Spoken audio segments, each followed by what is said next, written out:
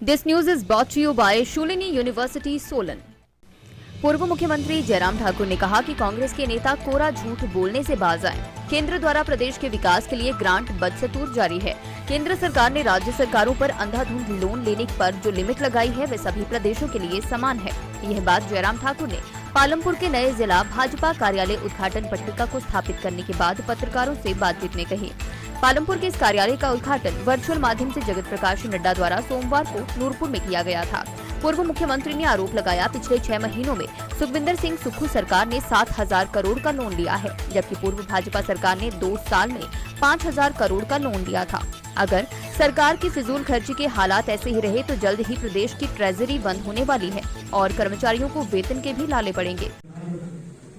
एक तो मैं बड़ा स्पष्ट कहना चाहते हैं कि कांग्रेस के नेता झूठ बोलने से बाज आए। मेरी सलाह है उनको, और कोई भी पैसा नहीं रोका गया। जो ग्रांट हिमाचल प्रदेश के लिए जारी होती थी, जो हिस्से के मुताबिक मिलती है, वो बिल्कुल बदस्तूर जारी है। अगर लोन की ग्रांट को लोन की लिमिट की बात अगर आ रही है, उसमें सिर्फ इतना विषय है कि वो हिमाचल के ही संदर्भ में पूरे देश भर के लिए कि जो प्रदेश अंधाधुंध लोन ले रहे हैं। जो सुक्खू ये बार पिछले 6 महीने से कह रहे हैं कि जयराम ने लोन लिया। हमने कहा कि हमने लोन लिया तो आप गलती मत करिए, आप मत लीजिए ना, आप चलाइए बिना लोन के। क्या संभव है? व्यावहारिक चीज सोचनी चाहिए उनको। अब वो मुख्यमंत्री है और जो दूसरे उनके साथ बाकी लोग उनके नेता हैं, उनको इस बात को समझना होगा।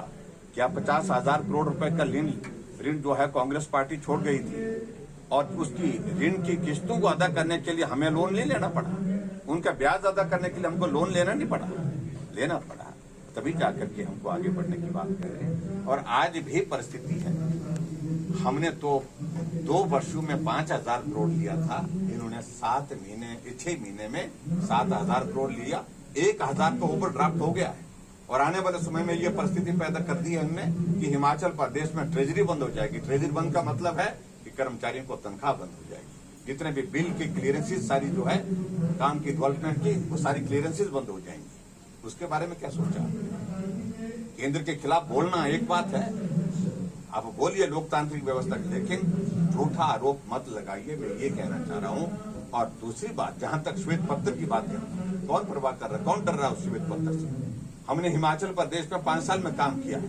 आज लोग 6 महीने में ही याद कर रहे हैं भारतीय जनता पार्टी की सरकार को कि आपके वक्त में सड़कों का काम जो स्तर पर हो रहा था, आपके वक्त में पानी के क्षेत्र में काम हो रहा था, वाटर सप्लाई का काम हो रहा था, आपके वक्त में हॉस्पिटल का भवन बन रहा था, स्कूल का भवन बन रहा था, पुलों का निर्माण हो रहा था, लेकिन आज सब बंद पड़ा है।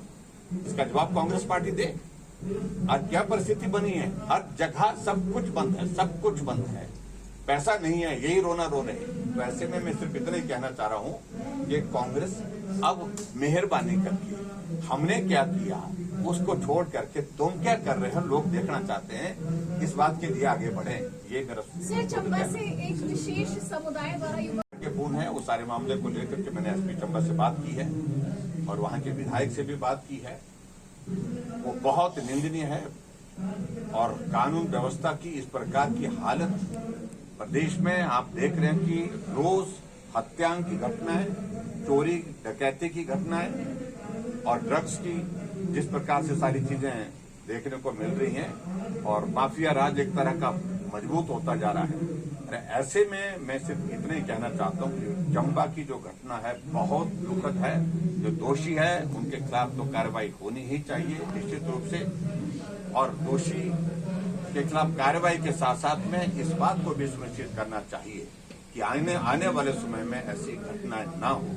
और हिमाचल के इतिहास में जो कांग्रेस के लोग हमको बहुत बड़ा पाठ पढ़ाते हैं, बहुत सारी चीजों को लेकर के सीख देते हैं कि शरीर के 8 टुकड़े कर दिए। ये कांग्रेस की सरकार के दौरान जो है प्रदेश के अंदर घटना घटित हुई है, और इस पर अब क्या कहना है? सर, लोकसभा में तो मैं आज पार्टी कार्यालय पालमपुर बनकर के तैयार हुआ, और पिछले कल राष्ट्रीय अध्यक्ष आदरणीय श्री जगत प्रकाश नड्डा जी ने इसका वर्चुअल माध्यम से इनॉग्रेशन किया था।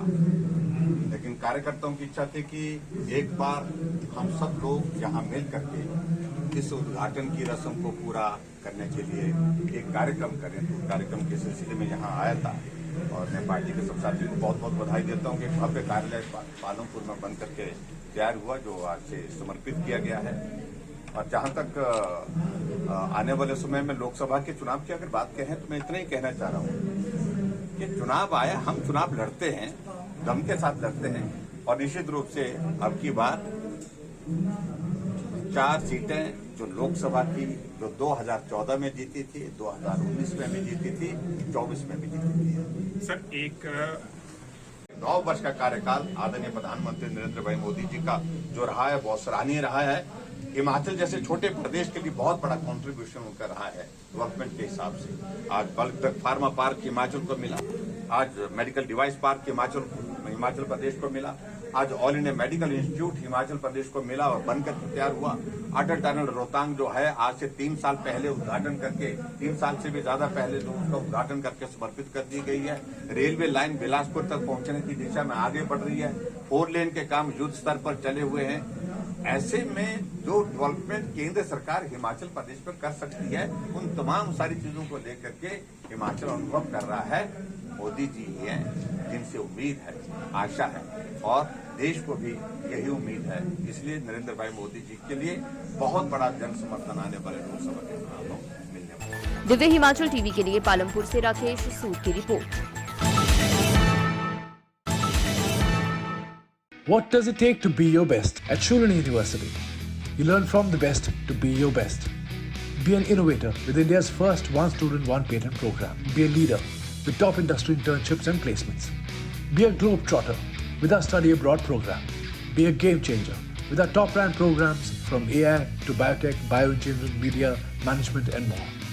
Be your best with Shulani University, India's #1 private university.